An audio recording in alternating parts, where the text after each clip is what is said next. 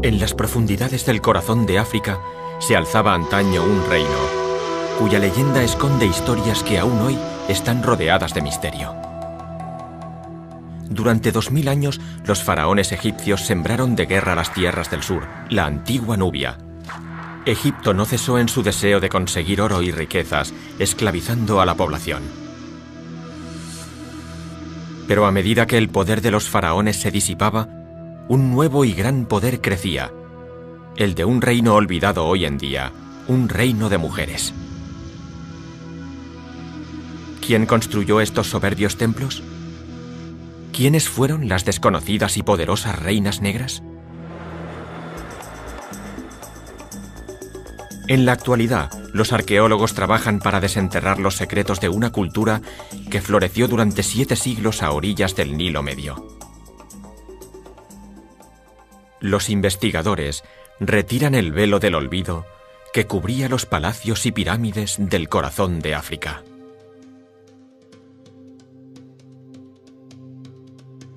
Reinas negras, el reino olvidado del Nilo.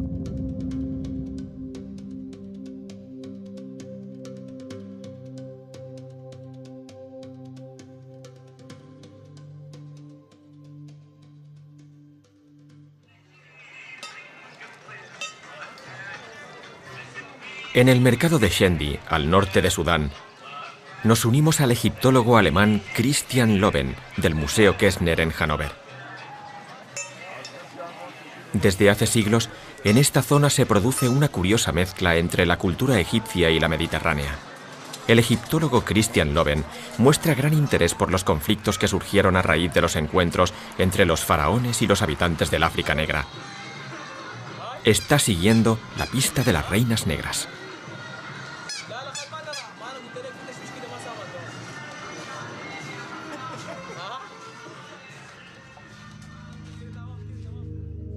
El reino de aquellas prominentes y olvidadas dirigentes se alzaba en el actual Sudán, en el centro de África. Meroe era su capital.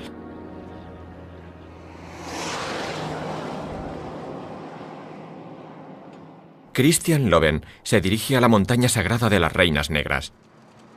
El viaje a través del sur del Sáhara es largo y duro. En el norte el ambiente es más seco. La sufrida y escasa vegetación va desapareciendo progresivamente. Loven se dirige a visitar uno de los lugares más sagrados del mundo antiguo, aquí en medio del desierto. Tras 18 horas de viaje, se halla por fin ante la montaña sagrada de la que nació el universo.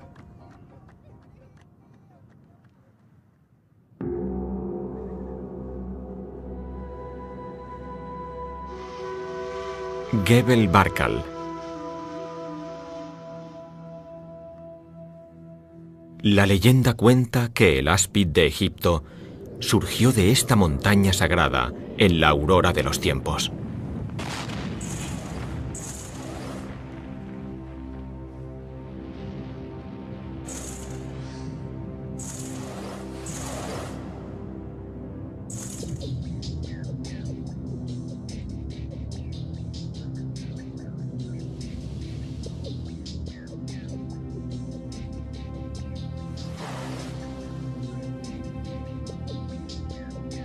El áspid fue la madre de todos los dioses. Su cuerpo petrificado se convirtió en lugar de peregrinaje. Hoy aún resiste, convertida en una roca de 60 metros de altura. Hace 2000 años, las reinas africanas oraban en este mismo lugar. La serpiente del poder coronaba su frente.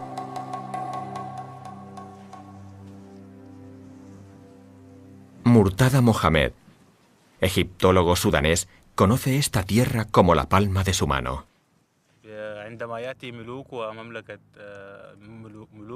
Cuando los reyes y las reinas llegaron al templo de la diosa Mut, en Meroe, bebieron algo que parecía leche. Era la leche divina de Mut. Así fue como se unieron al alma de la diosa.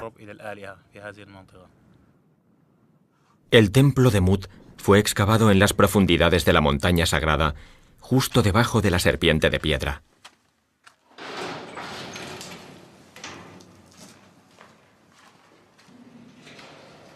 Unos relieves terriblemente erosionados decoran las paredes de las habitaciones. Desde el flanco de la montaña se alza la serpiente del poder, coronada por el sol, fuente de vida. Divinidades ancestrales del amanecer de los tiempos nos observan desde estos muros.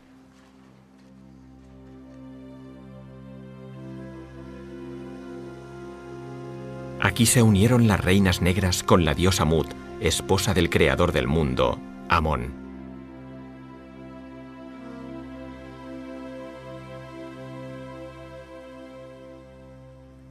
Gebel Barkal fue el centro religioso más importante del imperio meroítico. Las reinas negras debían peregrinar por lo menos una vez en la vida hasta aquí para legitimar su poder.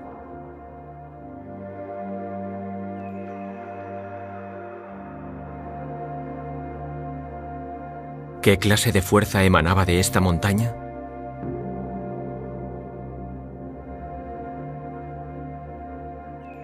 Para obtener una respuesta, debemos adentrarnos en las entrañas de su civilización.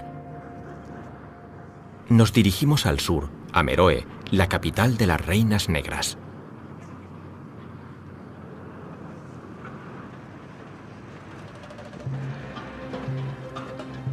Actualmente, científicos de todo el planeta participan en la investigación de los reinos africanos. El francés Vincent Rondeau vive en Sudán desde 1988. Rondeau es también un experto egiptólogo.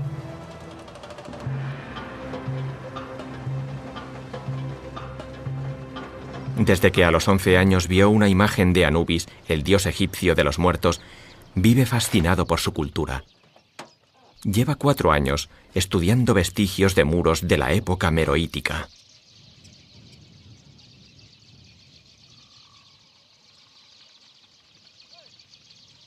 Hasta ahora, ha localizado almacenes y casas, cobertizos y corrales. ¿Era este un punto de comercio, un lugar de descanso, un alto dentro de una importante ruta de caravanas que cruza toda África? Sirviéndose de adobes cocidos que fueron utilizados en antiguas construcciones, los beduinos han levantado sus propios edificios a lo largo de los siglos. Pero Rondeau ha encontrado en el subsuelo los cimientos de grandes edificios religiosos, de unos templos impresionantes. ¿A qué dioses adoraban las gentes de Meroe y sus reinas negras? En esta piedra descubrimos un detalle de suma importancia. A pesar de que está rota, se puede reconocer su forma completa. Esta parte redondeada, llamada torus, es muy característica de los pilares del templo.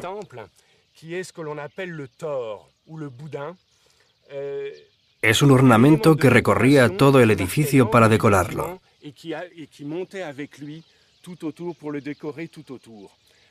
Esta piedra nos dice que estamos ante un templo, y más aún, ante un templo de Amón. ¿Se trata, pues, de un templo dedicado al dios Amón? ¿Aquí, en plena África? ¿Pudo la influencia de los faraones llegar tan al sur? Faltan pocos kilómetros para llegar a la excavación de Carla Kropper del Museo Egipcio de Berlín. Francia y Alemania trabajan conjuntamente para descubrir la historia de las reinas negras. No son los únicos centroeuropeos. También encontramos por aquí cigüeñas.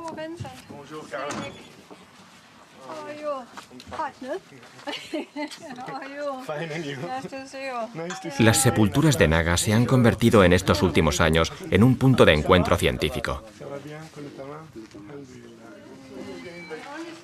Aquí confluyen los descubrimientos arqueológicos. Hoy hemos terminado 1 hora antes. Ahora mismo estamos a 44 grados, a la sombra. Solemos trabajar hasta las 3, pero hoy hemos parado a las 2:30. Es imposible continuar. Ni siquiera los trabajadores locales lo resisten. Pero la ciencia no conoce descanso. Carla Cropper quiere presentarle a Bunsen su último hallazgo.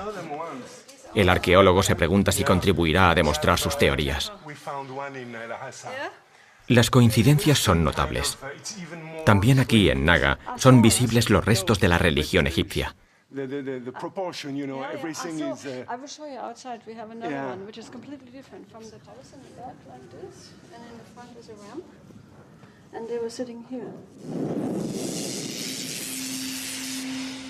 Hace 2000 años se erigió en Naga el templo de Amón.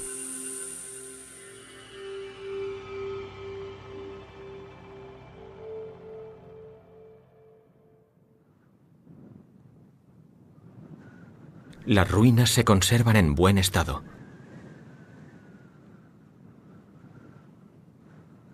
En las columnas de arenisca aún se reconocen, a pesar de su desgaste, los extraños símbolos y los relieves de las reinas negras.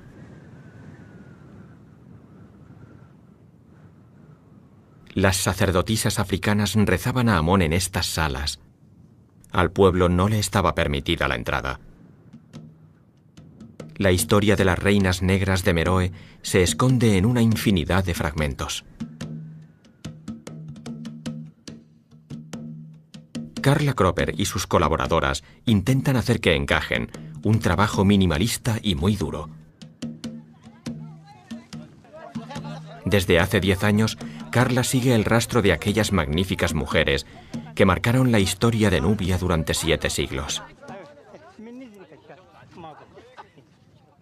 Un relieve mural en uno de los grandiosos templos de Naga nos da una primera impresión del poder de estas reinas. ¿Utilizaban la espada en sus enfrentamientos?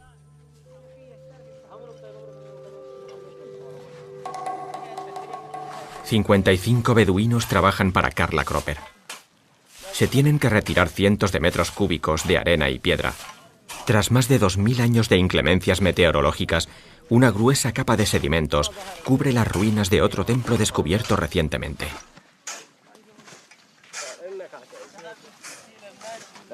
El ritmo de trabajo viene marcado a su vez por el inclemente clima africano, algo a tener en cuenta ya que sus investigaciones deben finalizar en el 2008. Carla Cropper, una egiptóloga procedente de los Estados Unidos, lleva más de 25 años trabajando en Sudán. A pesar de ello, sigue emocionándose cuando aparecen entre las ruinas restos de algún relieve.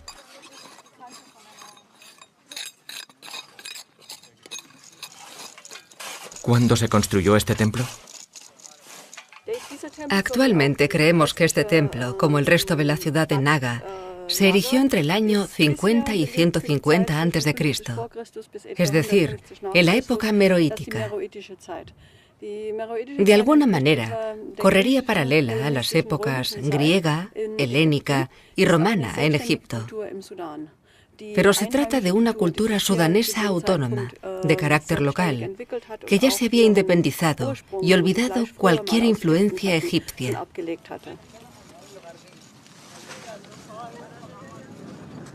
Cuando los césares romanos dominaban Egipto, antes del nacimiento de Cristo, unos constructores africanos levantaron impresionantes templos a la orilla del Nilo Medio.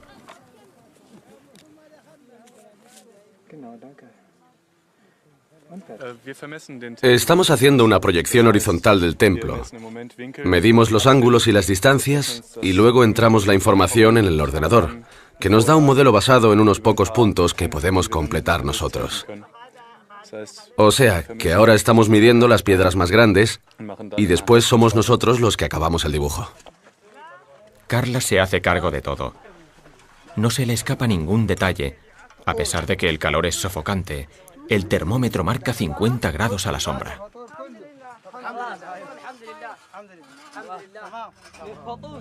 Arriba, en el templo grande, los dos arqueólogos discuten sobre la figura del dios Amón.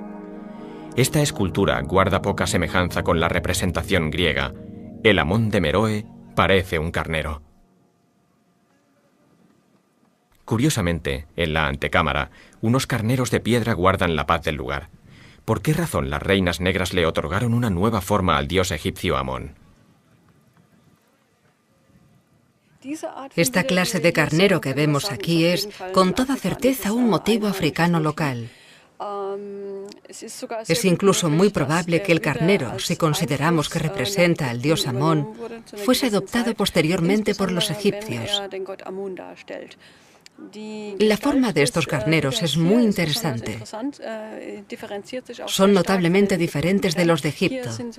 Estos son voluminosos, son unas moles y tienen el pelo rizado.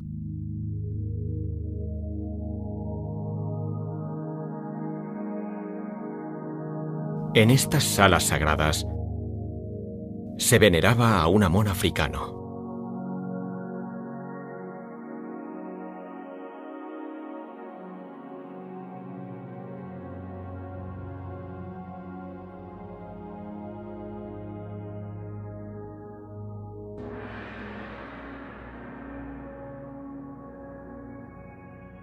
Las reinas de Meroe adoptaron muchos dioses de la cultura egipcia para luego africanizar su forma.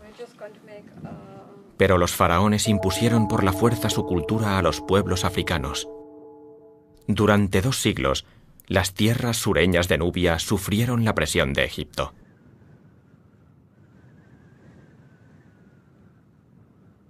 Para el faraón Tutmosis III, esta parte de África, 1500 años antes de las reinas negras, era solo una fuente de materias primas, el granero de su próspero imperio. Tutmosis III se limitó a coger todo aquello que deseaba. Sus ansias por los fornidos esclavos negros del sur eran irrefrenables. Cientos de miles de ellos fueron llevados al norte.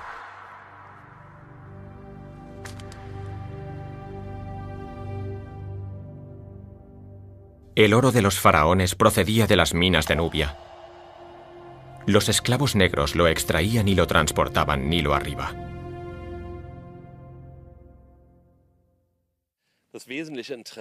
El interés de Egipto por Nubia era meramente material.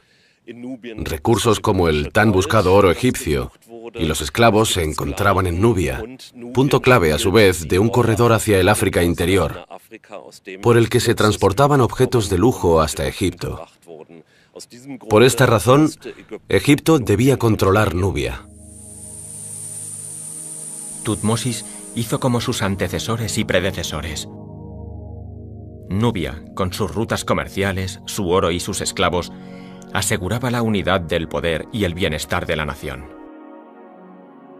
Una y otra vez, las legiones de los faraones regresaban al sur, sembrando miedo y desesperación. El faraón Sesostris había declarado no exento de cierta soberbia. La batalla es valor y la retirada una vergüenza. Al ser atacados, los nubios suplican misericordia.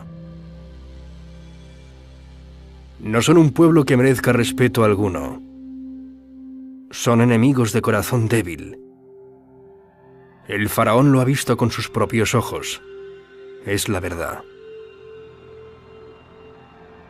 El faraón Ramsés II el Grande se hizo representar en este relieve pegando a un hombre negro. El oro, los esclavos, el poder, era lo único que importaba. Egipto se vio rodeado por sus enemigos políticos, asiáticos, liberianos e incluso africanos, lo que llegó a causar aún más guerras. El resultado final fue un largo conflicto entre norte y sur. La supremacía militar del norte le permitía a este tomar lo que deseara, abusando de los pueblos del sur.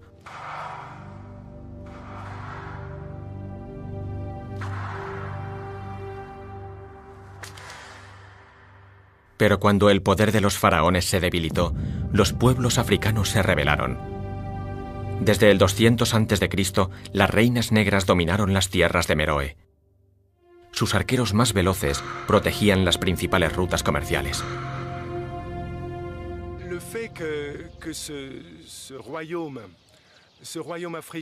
El hecho de que este reino africano estuviese en contacto con el resto del mundo mediterráneo, en el sentido amplio de la palabra, fue crucial.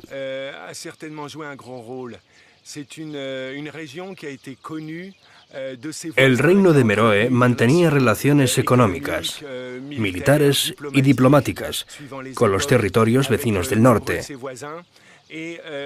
lo que hoy en día conocemos como mundo grecorromano.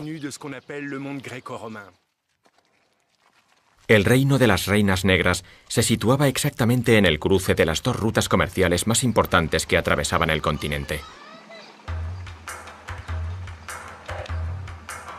El Nilo desempeñaba un papel esencial.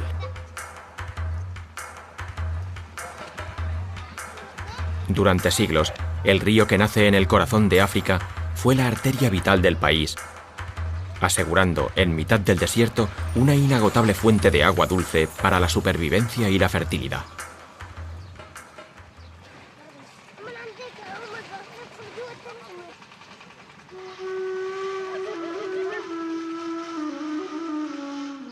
Como formando una línea verde, los oasis del Nilo se extienden a través del desierto a ambas orillas del río. Vegetación en medio del Sáhara. Ahora el agua se consigue a través de unas rudimentarias bombas que proporcionan agua a los campos.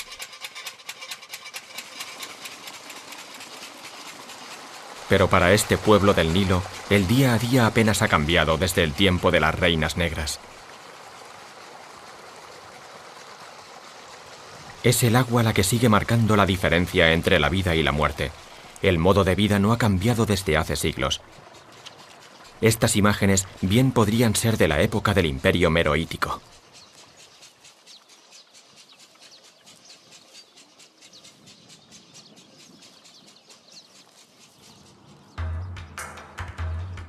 Los pescadores todavía salen bien temprano hacia el Nilo. Nada ha cambiado. Como si el tiempo se hubiese detenido.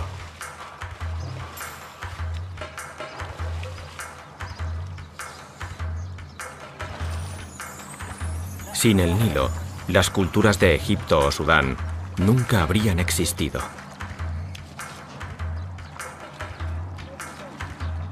Por el río, los faraones trajeron su cultura hacia el sur, y por el río se llevaron los tesoros de África. En la época meroítica, el Nilo era un pequeño pasillo por el que los pueblos de Europa y África se relacionaban y beneficiaban cultural y comercialmente.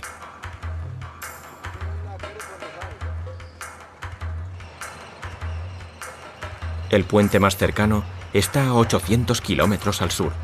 Tras horas de espera, finalmente llega el ferry. Loven regresa ahora de Gebel Barkal y deja el desierto Bajuda tras de sí.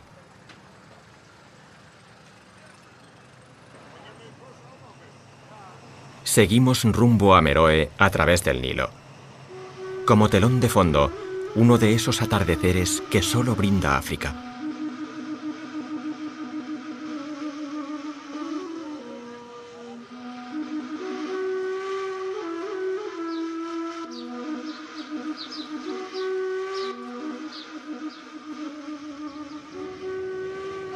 Loven se dirige a las sepulturas de las Reinas Negras, muy cerca de la antigua capital de Meroe.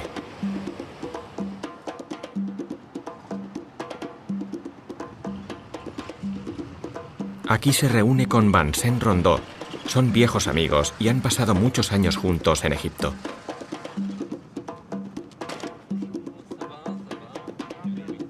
$2000 kilómetros al sur de Gizeh se topan con formas que les son familiares.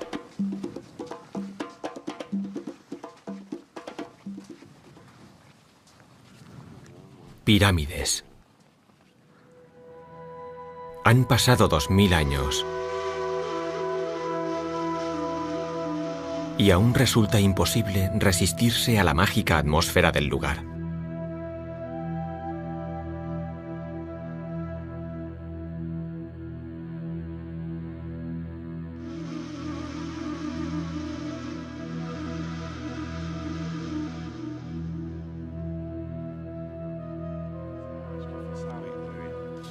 Aquí, en las sepulturas de las reinas negras, Loven y Rondeau intentan reconstruir la época de mayor influencia de las culturas del Mediterráneo sobre Egipto, con Meroe en su punto álgido como capital del reino.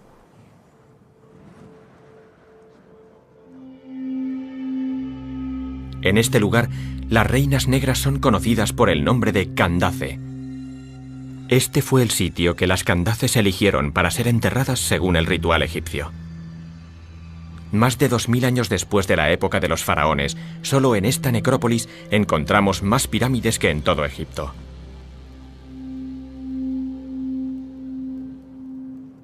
Es probable que todavía aparezcan más restos de aquella época. Los arqueólogos han descubierto la tumba de una Candace.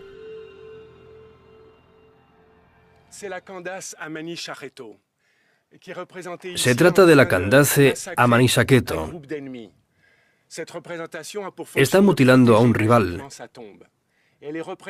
Este es un signo protector de las tumbas.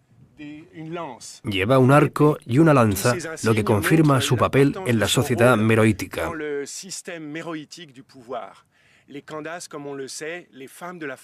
Las Candaces eran las mujeres de la familia real y además tenían un papel muy importante en la sociedad meroítica, incluso en el gobierno, pero sobre todo en la transmisión del poder real. Todo ello indica que nos encontramos ante un sistema matriarcal. Hacia finales del siglo I a.C., los romanos invadieron Egipto. Y a continuación enviaron sus tropas hacia las tierras de las reinas negras. Esto no asustó a la reina Amanisaketo, que hizo frente al invasor demostrando gran valor.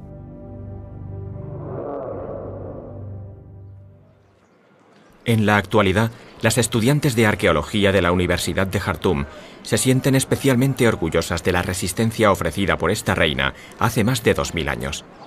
Su profesora, Intisar El-Zein, ha investigado la vida de la reina Amanisaketo. Estas mujeres no eran solo las reinas de Meroe, sino que eran guerreras, sacerdotisas y madres. Tenían responsabilidades sociales. Para mí eran grandes, majestuosas. Creo que tomaban una decisión importante. No podían dejar de lado su ancestral relación genética con la soberanía africana. En cuanto a la derrota que infligieron a los romanos cuando intentaron invadir Nubia, se trata de una demostración de que las mujeres podían luchar. Imaginaos lo que debió ser ese enfrentamiento. Mujeres que dirigían un ejército de hombres y que además eran capaces de combatir al poderoso ejército romano y vencerlo. Para las legiones romanas, la expedición al sur fue una experiencia desastrosa. Los feroces guerreros, el calor y las continuas incursiones en la frontera sur de su imperio.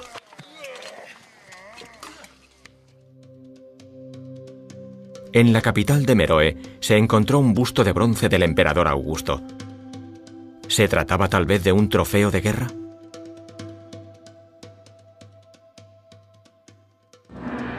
De aquí no pasaréis. Amanisaketo estableció una frontera y dejó que los cuerpos sin vida de los legionarios se pudrieran en el desierto. Esa fecha debió representar una significativa victoria para el reino de Nubia, y Roma se vio obligada a firmar la paz. Pero todavía sabemos muy poco de la historia de Meroe. Una historia que puede se halle escrita en los extraños jeroglíficos de los muros de las tumbas. En la actualidad, la escritura meroítica todavía no ha sido descifrada. Los expertos apuntan que podría ser una peculiar mezcla de elementos egipcios y africanos.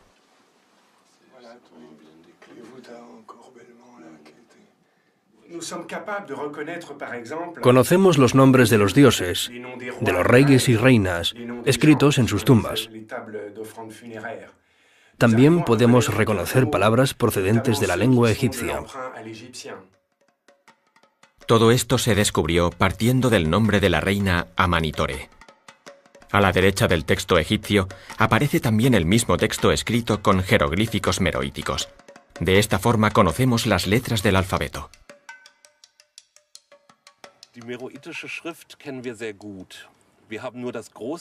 A pesar de conocer muy bien la escritura meroítica, con lo que podemos leer letras, palabras e incluso algunas oraciones, continuamos sin saber lo que significan, ya que desconocemos cómo se articula la lengua en que fueron escritos.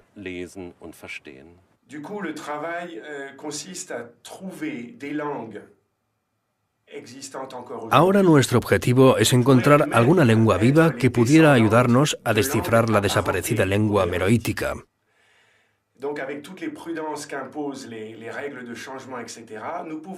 Así pues, a través del estudio de estas lenguas y siempre atentos a posibles cambios lingüísticos, podemos obtener material y contrastarlo con una lengua que desapareció hace muchísimo tiempo, en el año 300 después de Cristo.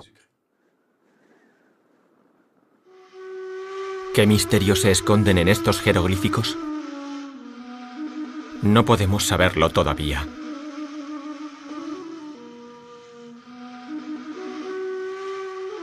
Para mayor desgracia, las tumbas de las Candaces fueron saqueadas. Casi todas las pirámides han sido asaltadas y vaciadas por aventureros y buscadores de tesoros. El italiano Giuseppe Ferlini fue el primero de estos aventureros. En 1834 empezó a saquear las pirámides.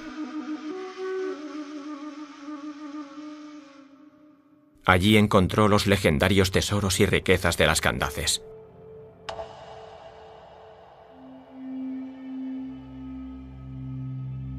Después, el asalto masivo de los saqueadores fue inevitable. Tras de sí, no dejaron más que ruinas, objetos que hoy podemos ver parcialmente restaurados. Lo peor es que no solo desvalijaron las tumbas, sino que además destruyeron los relieves.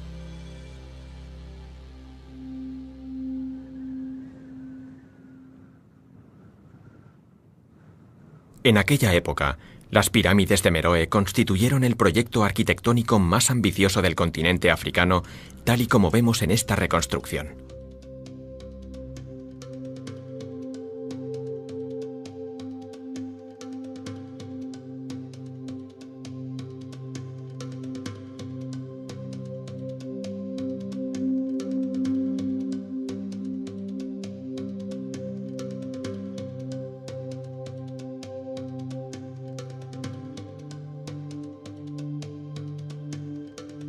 En el extremo norte se levanta la pirámide de la reina Amanitore.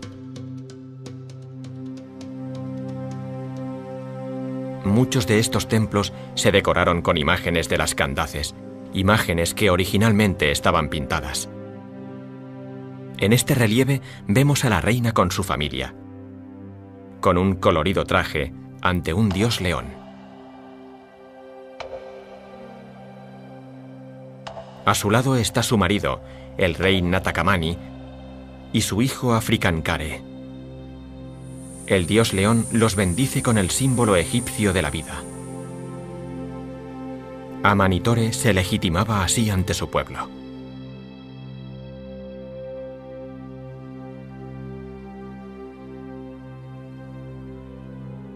Y aún hay más. Con su espada amenazaba a los prisioneros, que se arrodillaban y suplicantes alzaban las manos.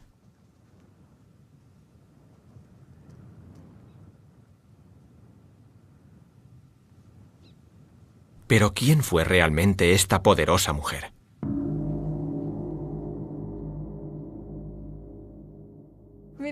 Aparece representada con el brazo alzado, atacando al enemigo. Esto confirma su poder. Muestra claramente su posición de gobernante y de mujer fuerte. Otro punto importante es que encontramos un nombre escrito por toda esta zona. En todos los templos se halla el nombre de Amanitore, grabado o inscrito de algún modo. La omnipresencia del nombre demuestra el importante papel desempeñado por las mujeres en Sudán. en la Nubia de aquel entonces. En aquellos tiempos, los reyes dominaban los desiertos, generales griegos, emperadores romanos. Pero en Meroe eran las mujeres las que gobernaban. ¿Cómo llegó la reina Amanitore a ser la persona que gobernaba el reino de Meroe? Es probable que el papel de la mujer en esta región proceda de sus orígenes africanos, en especial de la estructura matriarcal, muy común en esta zona. Y me refiero a que la mujer desempeñaba una función central en la sociedad, incluso en lo que a la sucesión se refiere. La figura de la reina, que además era también la figura materna, era de gran importancia. La figura de la diosa Isis en Egipto tenía también ese doble papel de madre y reina. Se muestra protectora como una virgen cristiana y también combativa. Del mismo modo se muestran las reinas negras de Meroe, fuertes con el enemigo, pero sin dejar de mostrar sus senos como madres.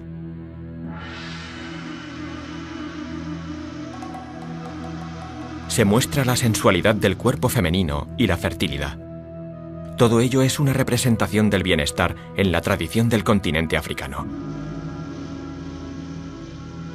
¿Qué hacía diferente a esta sociedad dirigida por mujeres? La respuesta la encontramos en la estepa. Este árido entorno determinó desde el inicio de los tiempos las condiciones de vida. Con sus simples cabañas, los hombres iban de aquí para allá, buscando incansablemente pasto para sus rebaños.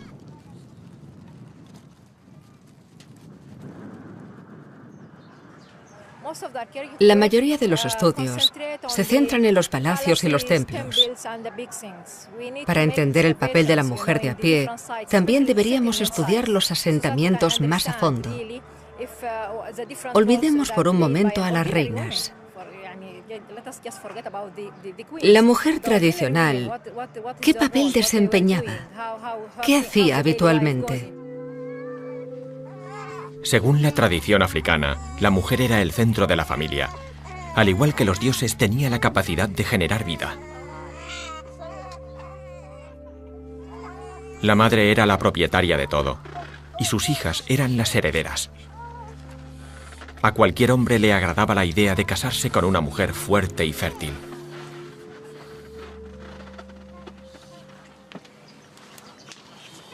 Las posesiones familiares solían incluir el ganado y los escasos efectos personales que podían transportarse. Eran las mujeres quienes determinaban el momento de la siembra.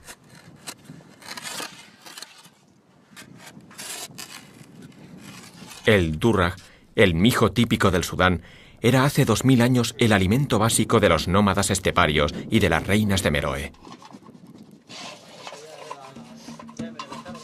Agua, sal y mijo era lo único que la madre podía ofrecer a su familia. La carne y las legumbres eran un lujo. Y las mujeres también mandaban en el hogar y la cocina, pero siempre desde una posición eminente y respetada. Lentamente, la arqueología ha ido arrojando un poco de luz sobre la vida cotidiana de esta sociedad matriarcal africana.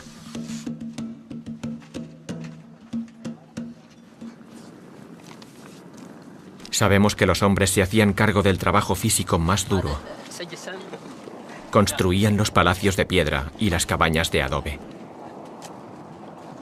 Por eso son tan escasos los restos de cabañas.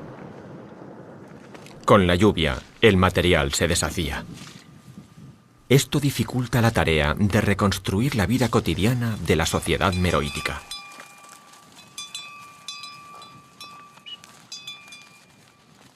Ya entonces el carnero de Amón era el centro de atención. Los pastores de la zona, aún hoy, salen todos los días en busca de un par de briznas verdes. Aquí todavía permanece todo igual. Las condiciones del entorno aún condicionan el ciclo vital de la población. La supervivencia familiar dependía de la salud del rebaño. Si no llovía, los habitantes del Sahé, al igual que ahora, no podían comer.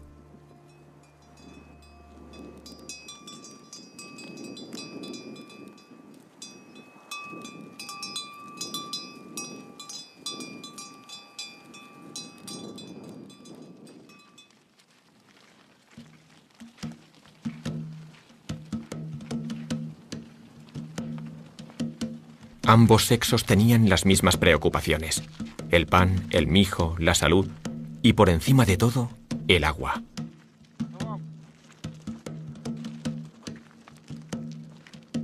A 40 kilómetros del Nilo, conseguir la cantidad diaria de agua se convierte en un verdadero problema.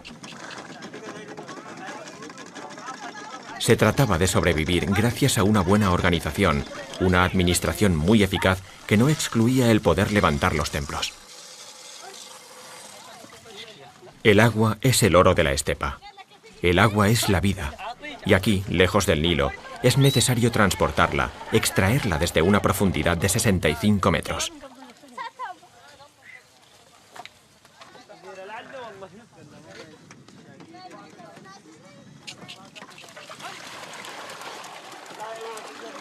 Estos pozos de abastecimiento se usan desde hace siglos. Y hasta aquí, junto a las excavaciones de Carla Cropper, traen los beduinos día tras día a sus rebaños.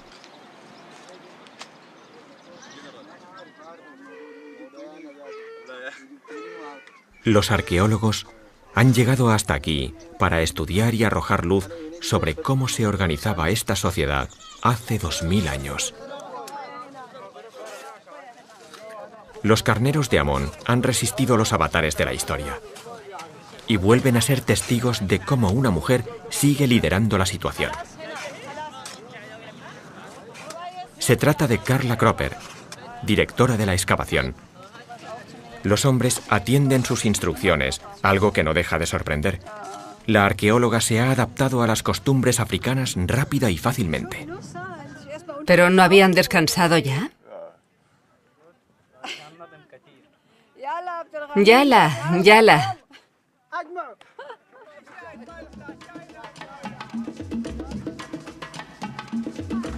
Hoy vuelven a coincidir en estas tierras las culturas africana y europea. Pero la relación de esta mujer europea con los beduinos va mucho más allá. De este modo, la arqueóloga se familiariza con los problemas cotidianos locales.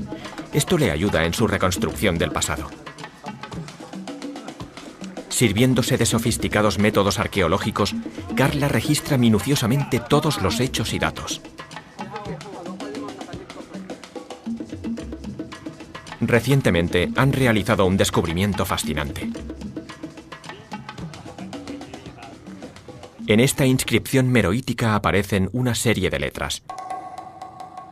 La traducción fonológica nos da el nombre del constructor del templo número 200, el rey Amanica Rekerem. El resto del texto no podemos traducirlo, pues desconocemos la lengua.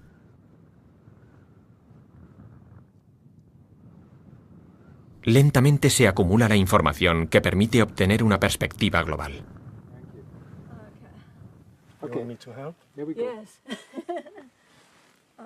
¿Era esta mujer desconocida, de sonrisa sensual, la poderosa Candace del rey?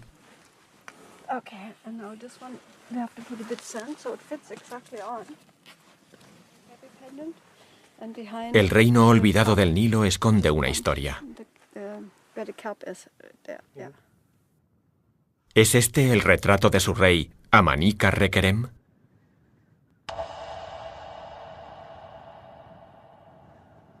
Carla descifra pieza a pieza este enigmático rompecabezas. A menudo se deduce el sentido de las piedras después de limpiarlas a fondo y probar cientos de combinaciones posibles.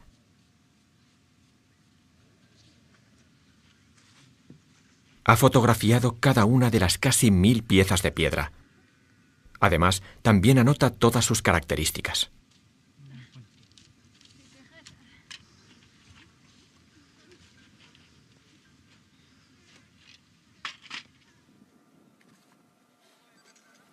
Los miles de datos independientes forman un conjunto. Un retrato que reúne insospechadamente las culturas africana y egipcia en el Nilo Medio. En su escritorio, se ocupa ahora de combinar las fotos.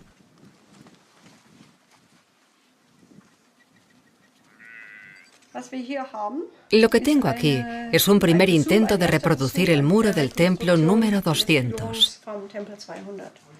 Puede que mi propuesta sea muy fantasiosa, pero estoy segura de que las piedras representan este tipo de escena.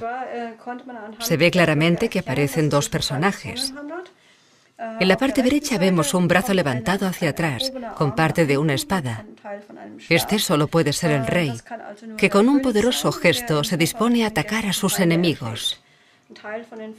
Aquí tenemos una sección de los enemigos. Ahí se pueden distinguir sus cabezas y el típico gesto rogando clemencia. Entre los pies tenía un león que le habría ayudado a derrotar a los adversarios. Aquí tenemos la cola y una parte de la melena. En esta temporada de trabajo hemos encontrado la cabeza, aunque no la hemos colocado todavía.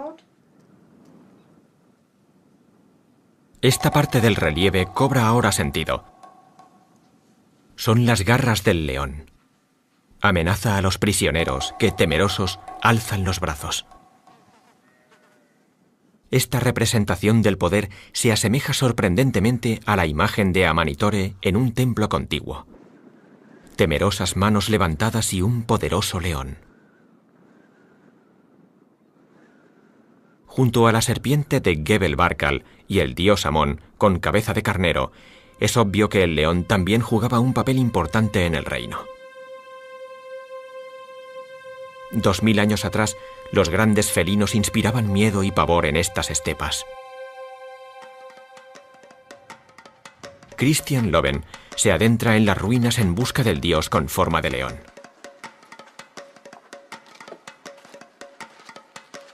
Numerosos relieves, conservados en buen estado, muestran al león como un dios temible, el dios Apedemac. El dios león Apedemac es la divinidad más importante del panteón meroítico. Él es quien da la vida, no solo a los reyes meroíticos, sino a las Candaces. Les dota de fuerza para vencer al enemigo.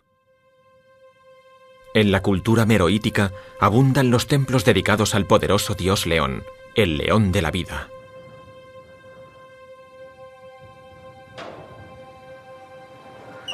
En estos templos, el dios concedía a las reinas negras el poder para vivir y vencer a sus enemigos. Apedemac es un dios puramente africano que solo existe en el panteón de Meroe.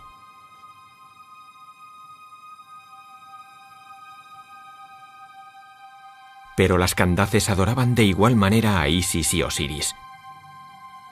En Meroe se mezclan la espiritualidad africana y egipcia. Una de las mejores cualidades de las reinas era su capacidad creadora.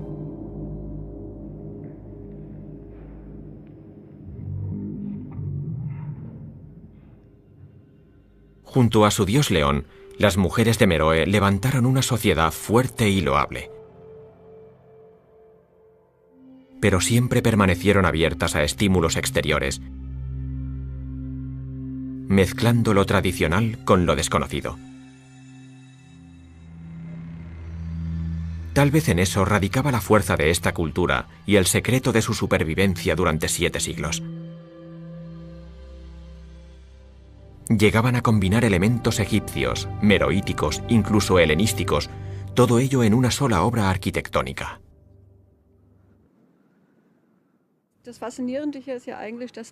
El mestizaje resultante es fascinante. Es como el posmodernismo.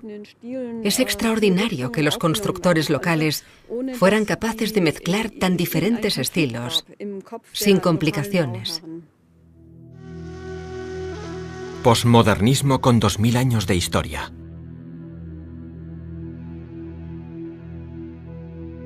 Las reinas negras de Meroe, que descansan eternamente en estas pirámides, no fueron solo líderes de gran carisma que ejercieron su mandato con espíritu tolerante y multicultural hasta que la fuerza de la serpiente y el dios león se apagó.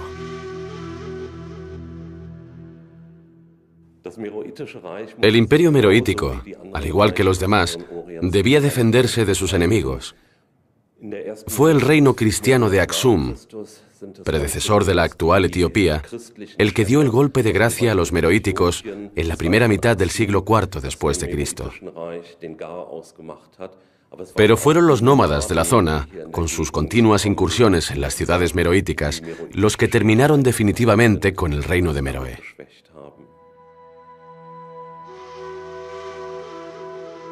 Hacia el año 400 después de Cristo, la historia de las reinas negras llega a su fin. Pero muchos de sus secretos permanecerán ocultos hasta que la lengua sea descifrada. Durante 2000 años, los faraones egipcios, en su busca de oro, riquezas y esclavos, mantuvieron en guardia a los habitantes de las tierras del sur. Y fueron las poderosas reinas negras las que devolvieron el orgullo al continente africano. Crearon una precoz sociedad multicultural y diversa en el mismo corazón de África. Una sociedad que se mostró receptiva a las culturas y religiones vecinas y cuyos reyes y reinas supieron adaptarse a cada nueva incertidumbre. Sin embargo, la guerra no se ha detenido. La lucha incesante por el agua y los pastos, por dominar las rutas comerciales y por las materias primas no han cesado. Aún hoy se suceden las muertes de los campesinos africanos de la sudanesa Darfur huyendo de las milicias árabes del norte. El eterno conflicto en el corazón del continente negro se mantiene vivo.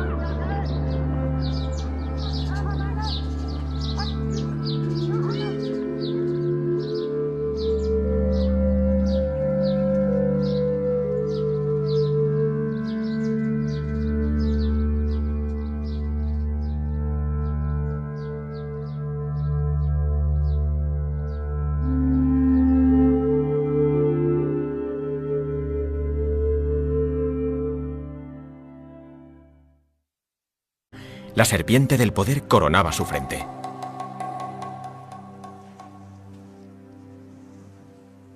Murtada Mohamed, egiptólogo sudanés, conoce esta tierra como la palma de su mano.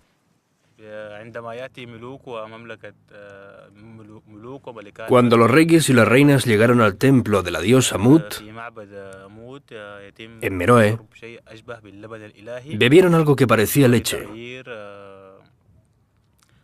Era la leche divina de Mut.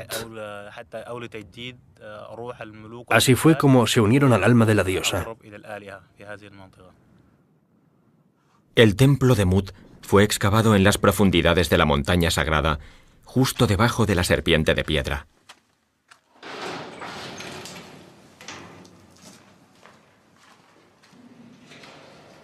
Unos relieves terriblemente erosionados decoran las paredes de las habitaciones. Desde el flanco de la montaña se alza la serpiente del poder, coronada por el sol, fuente de vida. Divinidades ancestrales del amanecer de los tiempos nos observan desde estos muros.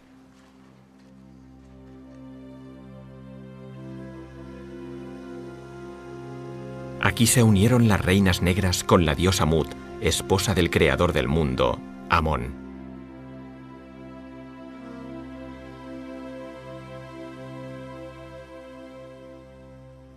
Gebel Barkal fue el centro religioso más importante del imperio meroítico. Las reinas negras debían peregrinar por lo menos una vez en la vida hasta aquí para legitimar su poder.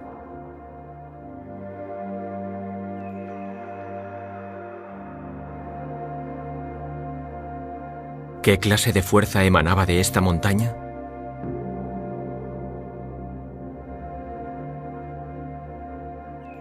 Para obtener una respuesta, debemos adentrarnos en las entrañas de su civilización. Nos dirigimos al sur, a Meroe, la capital de las reinas negras.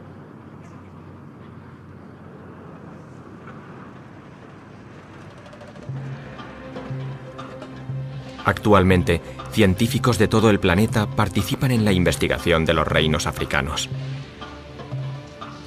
El francés Vincent Rondeau vive en Sudán desde 1988. Rondeau es también un experto egiptólogo.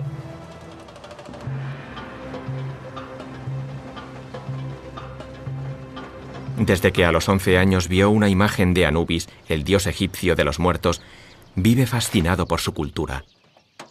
lleva 4 años estudiando vestigios de muros de la época meroítica.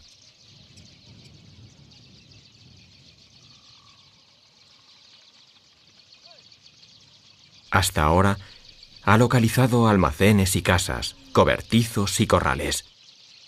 ¿Era este un punto de comercio, un lugar de descanso, un alto dentro de una importante ruta de caravanas que cruza toda África? Sirviéndose de adobes cocidos que fueron utilizados en antiguas construcciones, los beduinos han levantado sus propios edificios a lo largo de los siglos. Pero Rondeau ha encontrado en el subsuelo los cimientos de grandes edificios religiosos, de unos templos impresionantes. ¿A qué dioses adoraban las gentes de Meroe y sus reinas negras? En esta piedra descubrimos un detalle de suma importancia. A pesar de que está rota, se puede reconocer su forma completa. Esta parte redondeada, llamada torus, es muy característica de los pilares del templo.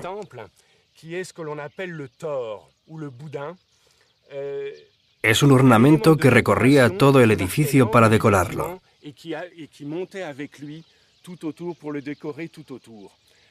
Esta piedra nos dice que estamos ante un templo, y más aún, ante un templo de Amón. ¿Se trata, pues, de un templo dedicado al dios Amón? ¿Aquí, en plena África? ¿Pudo la influencia de los faraones llegar tan al sur?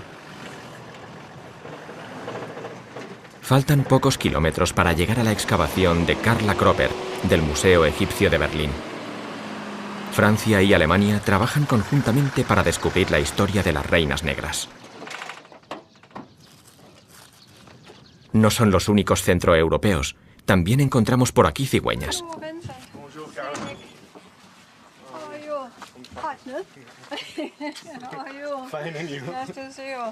Las sepulturas de Naga se han convertido en estos últimos años en un punto de encuentro científico. Aquí confluyen los descubrimientos arqueológicos. Hoy hemos terminado 1 hora antes. Ahora mismo estamos a 44 grados, a la sombra. Solemos trabajar hasta las 3, pero hoy hemos parado a las 2:30. Es imposible continuar. Ni siquiera los trabajadores locales lo resisten. Pero la ciencia no conoce descanso. Carla Cropper quiere presentarle a Vansen su último hallazgo. El arqueólogo se pregunta si contribuirá a demostrar sus teorías. Las coincidencias son notables. También aquí, en Naga, son visibles los restos de la religión egipcia.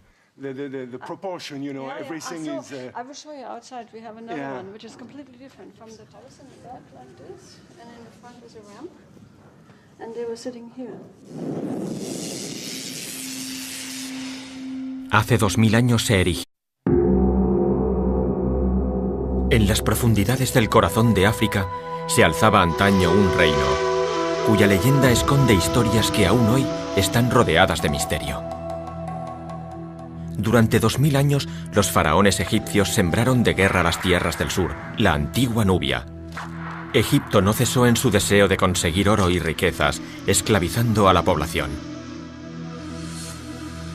Pero a medida que el poder de los faraones se disipaba, un nuevo y gran poder crecía, el de un reino olvidado hoy en día, un reino de mujeres. ¿Quién construyó estos soberbios templos? ¿Quiénes fueron las desconocidas y poderosas reinas negras? En la actualidad, los arqueólogos trabajan para desenterrar los secretos de una cultura que floreció durante 7 siglos a orillas del Nilo Medio. Los investigadores retiran el velo del olvido que cubría los palacios y pirámides del corazón de África.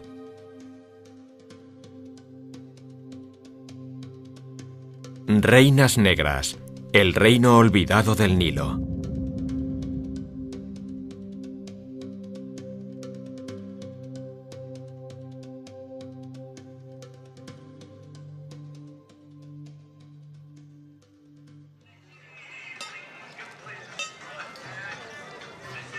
En el mercado de Shendi, al norte de Sudán, nos unimos al egiptólogo alemán Christian Loven, del Museo Kessner en Hannover.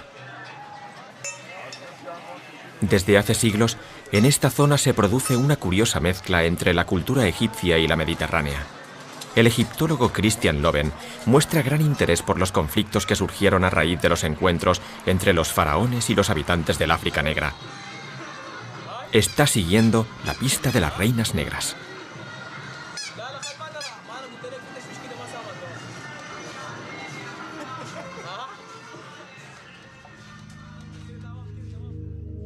El reino de aquellas prominentes y olvidadas dirigentes se alzaba en el actual Sudán, en el centro de África. Meroe era su capital.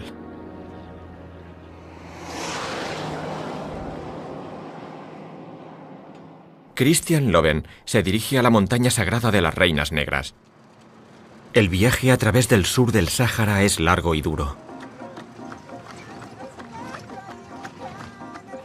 En el norte el ambiente es más seco.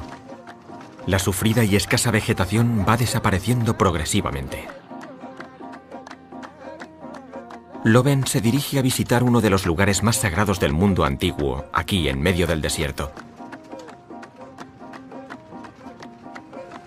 Tras 18 horas de viaje, se halla por fin ante la montaña sagrada de la que nació el universo.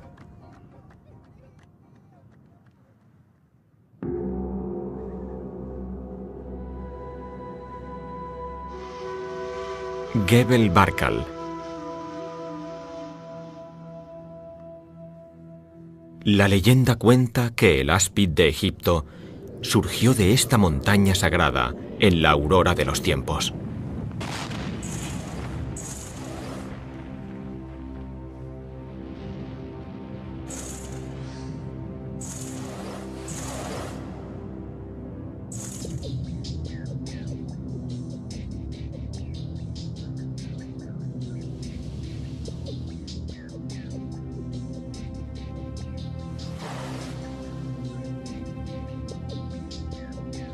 El áspid fue la madre de todos los dioses. Su cuerpo petrificado se convirtió en lugar de peregrinaje. Hoy aún resiste, convertida en una roca de 60 metros de altura. Hace 2000 años, las reinas africanas oraban en este mismo lugar. En las profundidades del corazón de África se alzaba antaño un reino, cuya leyenda esconde historias que aún hoy están rodeadas de misterio. Durante 2000 años, los faraones egipcios sembraron de guerra las tierras del sur, la antigua Nubia. Egipto no cesó en su deseo de conseguir oro y riquezas, esclavizando a la población. Pero a medida que el poder de los faraones se disipaba, un nuevo y gran poder crecía, el de un reino olvidado hoy en día, un reino de mujeres. ¿Quién construyó estos soberbios templos? ¿Quiénes fueron las desconocidas y poderosas reinas negras? En la actualidad, los arqueólogos trabajan para desenterrar los secretos de una cultura que floreció durante 7 siglos a orillas del Nilo Medio. Los investigadores retiran el velo del olvido que cubría los palacios y pirámides del corazón de África.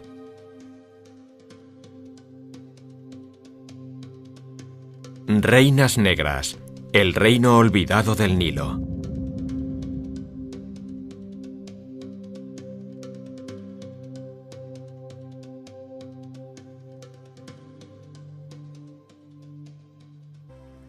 Gebel Barkal fue el centro religioso más importante del imperio meroítico. Las reinas negras debían peregrinar por lo menos una vez en la vida hasta aquí para legitimar su poder.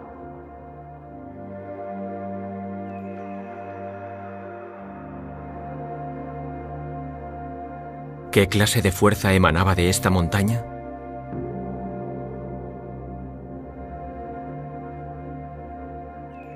Para obtener una respuesta, debemos adentrarnos en las entrañas de su civilización. Nos dirigimos al sur, a Meroe, la capital de las Reinas Negras.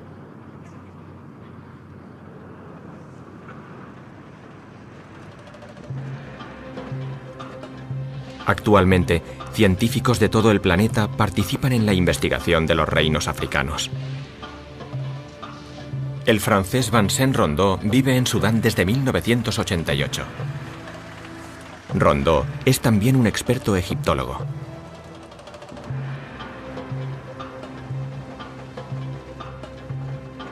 Desde que a los 11 años vio una imagen de Anubis, el dios egipcio de los muertos, vive fascinado por su cultura. Lleva 4 años estudiando vestigios de muros de la época meroítica. Murtada Mohamed, egiptólogo sudanés, conoce esta tierra como la palma de su mano.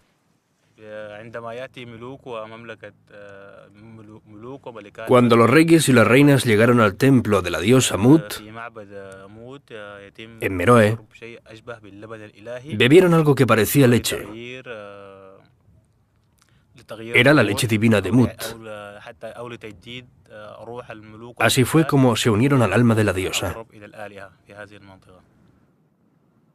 El templo de Mut fue excavado en las profundidades de la montaña sagrada, justo debajo de la serpiente de piedra.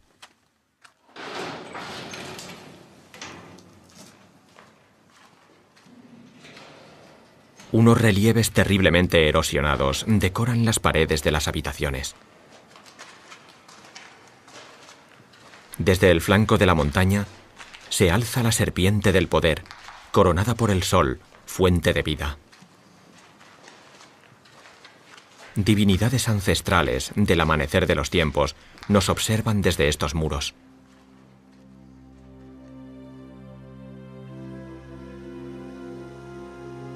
Aquí se unieron las reinas negras con la diosa Mut, esposa del creador del mundo, Amón.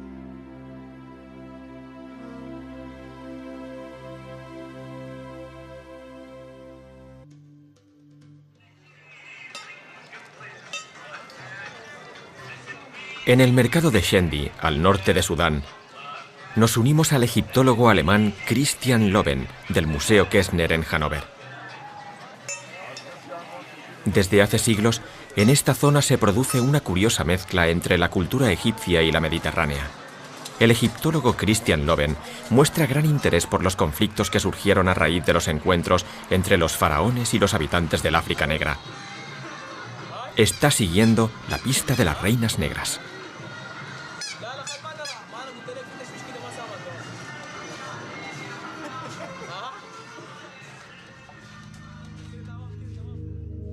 El reino de aquellas prominentes y olvidadas dirigentes se alzaba en el actual Sudán, en el centro de África. Meroe era su capital.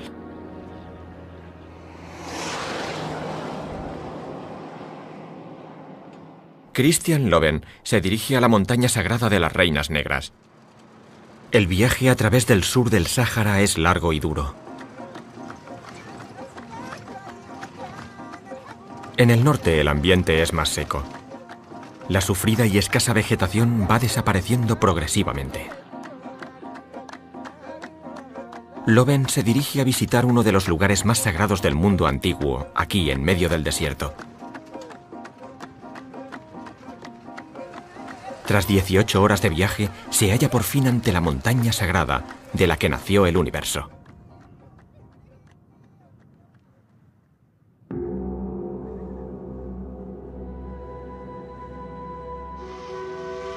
Gebel Barkal. La leyenda cuenta que el áspid de Egipto surgió de esta montaña sagrada en la aurora de los tiempos.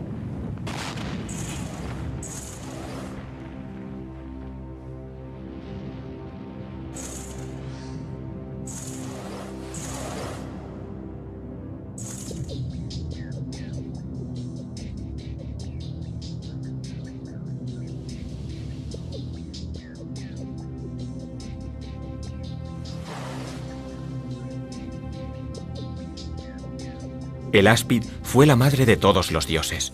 Su cuerpo petrificado se convirtió en lugar de peregrinaje. Hoy aún resiste, convertida en una roca de 60 metros de altura. Hace 2000 años, las reinas africanas oraban en este mismo lugar. La serpiente del poder coronaba su frente.